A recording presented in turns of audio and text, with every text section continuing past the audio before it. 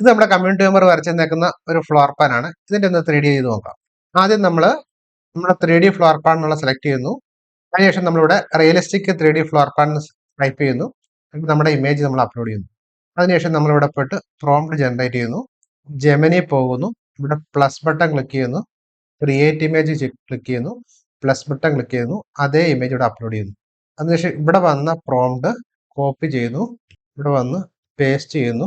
Submit കൊടുക്കുന്നു. നമ്മൾ comparison ചെയ്യാൻ വേണ്ടിയിട്ട് നമുക്ക് കിട്ടിയ ഇമേജ് ഇവിടെ അപ്ലോഡ് ചെയ്യുന്നു. അതിനുശേഷം നമ്മൾ ഇവിടെ പോയിട്ട് കമ്പാരിസൺ ചെയ്യുന്നു.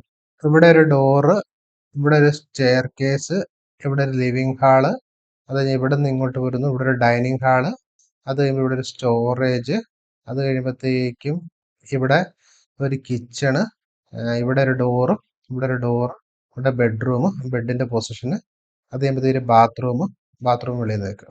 നമുക്ക് ഏകദേശം അതേ ഡിസൈൻ തന്നെയാണ് കിട്ടിയേക്കുന്നത്. പിന്നെ ആ ആംഗിൾ ചില മാറും എന്നുള്ളത് മാത്രം. അപ്പോൾ ഇവിടുന്ന് കൊടുത്തതിന് പകരമായിട്ട് ഇങ്ങനെ ആംഗിളിലേക്ക് വന്നു എന്നുള്ള മാത്രമേ ഉള്ളൂ.